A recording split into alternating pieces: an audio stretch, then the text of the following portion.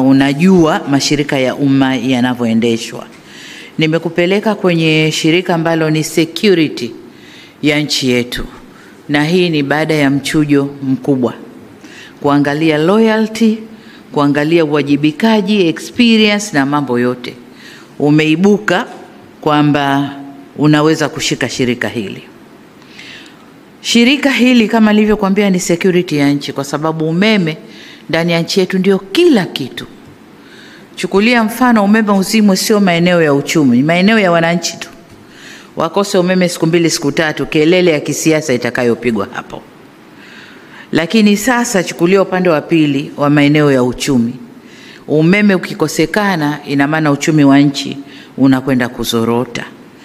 Tumefanya jitihada kubwa kama serikali ya kuweka uzalishaji wa umeme kwenye vyanzo kadhaa.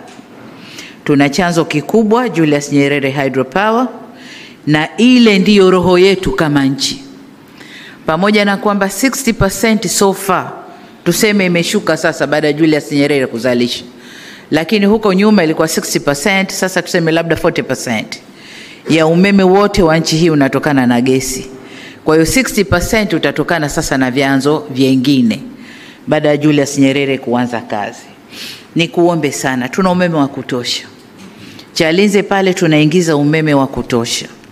Tatizo tulilonalo ni transmission, kwenda kupeleka kaskazini na huko wanaita nini, sijui nyanda za juu kusini, sijui magharibi ya nchi.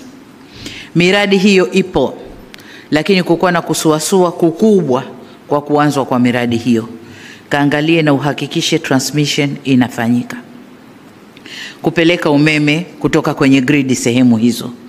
Kuna vyanzo vidogo vidogo vinavyotoa umeme maeneo kadhaa ya Tanzania, na yenyewe ukayatupie jicho vizuri. TANESCO kama nilivyosema ni security ya nchi yetu, na umeme ndio security ya nchi yetu.